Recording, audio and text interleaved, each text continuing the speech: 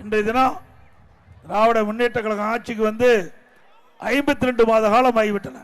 இந்த 52 மாத காலத்தில் இந்த தாராபுரம் சட்டமன்ற தொகுதிக்கு ஏதாவது ஒரு பெரிய திட்டத்தை கொண்டாந்துருக்காங்களா? இல்ல. திராவிட முன்னேற்ற கழகம் ஆட்சிக்கு வந்தாலே ஊழல் தானாக வந்துவிடும். ஊழலின் ஊற்றுக்கண் திமுக, திமுகனா ஊழல், ஊழல் திமுக. அது உண்மைதானே? இன்றைக்கு இந்தியாவில் பல மாநிலம் இருக்குது. ஊழலுக்காக கலைக்கப்பட்ட ஒரே அரசாங்கம் திமுக அரசாங்கம். திமுக அரசாங்கம் தான் இந்தியாவிலேயே ஊழலுக்கு கலைக்கப்பட்ட அரசாங்கம். இன்றைக்கு இந்த ஆட்சியில கலெக்ஷன், கமிஷன், கரப்ஷன் நடக்குது இல்ல? இன்னைக்கு எந்த துறையிலாவது லஞ்சம் இல்லாத உங்களுக்கு பிரச்சனை தீருதா? எல்லா துறையிலும் லஞ்சம், லஞ்சம் இல்லாத துறையே கிடையாது. அப்படிப்பட்ட ஆட்சி தொடர வேண்டுமா? இன்னைக்கு திராவிட முன்னேற்ற கழகம் குடும்ப ஆட்சியாக மாறிவிட்டது. இன்னைக்கு வாரிசு அரசியலாக இன்றைக்கு திமுக இருந்து கொண்டிருக்கிறது. இன்னைக்கு திமுகவில் 4 முதலமைச்சர் இருக்கிறாங்க.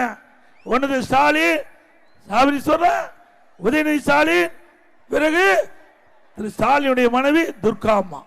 அவையிலும் விட்டு வைக்கல. இப்ப அவையிலும் பேட்டி கொடுக்க ஆரம்பிச்சுட்டாங்க. உண்மைதானே?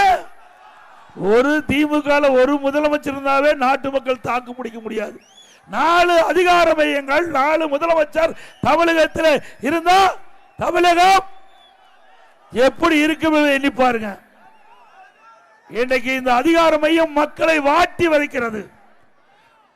திமுக அதில் இருக்கிற திரு கருணாநிதி குடும்பம் பிழைக்க 8 கோடி வரை வாட்டி வதைத்துக் கொண்டிருக்கின்றார். 8 கோடி மக்களை வாட்டி வதைக்கின்ற கட்சி திமுக கட்சி. உண்மைதானே? இன்னைக்கு திராவிட முன்னேற்ற கழகத்தில் வாரிசு அரசியல். திரு கருணாநிதி, அதுக்கு பிறகு ஸ்டாலின், அதுக்கு பிறகு உதயநிதி, இன்பநிதியும் வருவார் சொல்றாங்க. இன்பநிதியும் வருவதாக சொல்றாங்க. ஒரு அமைச்சர் சொல்றாரு இன்பநிதி வந்தாலும் நாங்கள் ஏற்றுக்கொள்வோம் என்று. அப்படின்னா அது கட்சியா? Corporate company. கம்பெனியில தான் முதல்ல ஓனர் இருப்பாங்க, அப்புறம் அவருடைய வாரிசு அந்த கம்பெனி எடுத்துக்குவாங்க. அப்படி திமுக கட்சி அல்ல, அவர் கம்பெனியா மாறிவிட்டது. அந்த கம்பெனி தமிழகத்தில் தொடர வேண்டுமா? தொடர வேண்டுங்களா? ஆக திமுக என்ற கம்பெனிக்கு மூடு விழா நடத்துகின்ற தேர்தல் 2026 சட்டமன்ற தேர்தல் செய்வீங்களா? ஆக இன்றைக்கு திரு கருணாநிதி ஒரு குடும்பம் பிழைக்க இத்தனை மக்கள் இன்றைக்கு கஷ்டப்பட்டு இருக்கிறாங்க. இன்னைக்கு எல்லா துறையிலும் இவ்வளவு பத்திரப்பதிவு, நீங்க பத்திரப்பதிவு செய்ய போனா அதுக்கு தனியா ஒரு ரேட்டு, அதுக்கு எவ்வளவு பதிவு பண்றீங்களோ அதுக்கு தகுந்த மாதிரி ரேட் போடுறான். இப்படி எங்கேயுமே கிடையாது. ஒரு பிளாட் போட்டா அந்த பிளாட்ல முத நிலத்துக்கு ஒரு ரேட், அதுக்கு விலை நிர்ணயிக்க ஒரு ரேட்டு, பிறகு அது பத்திர பதிவு செய்யறதுக்கு ஒரு ரேட்டு.